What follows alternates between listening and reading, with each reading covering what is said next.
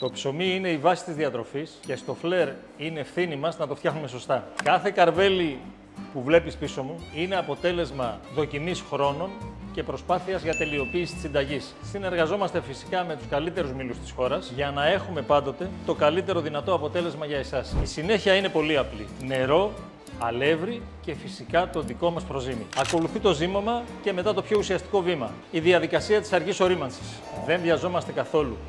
Δίνουμε στη ζύμη τον απαραίτητο χρόνο που χρειάζεται για να αναπτύξει τη γεύση και τα αρώματά της. Αυτή η υπομονή στο τέλος κάνει όλη τη διαφορά στην υφή του. Ο φούρνος είναι το τελικό στάδιο, μέχρι να αποκτήσει την τραγανή του κόρα, ενώ το εσωτερικό του παραμένει αφράτο και μαλακό. Ο ήχος της κόρας όταν κόβουμε το ψωμί είναι η επιβεβαίωση της καλής δουλειάς που έχει γίνει. Στο τέλος, το ψωμί παίρνει τη θέση του στο ράφι. Αυτή η διαδικασία είναι η δέσμευσή μας, στην ποιότητα και στην παραδοσιακή γεύση, ζυμωμένη και ψημένη στο φλερ για εσάς.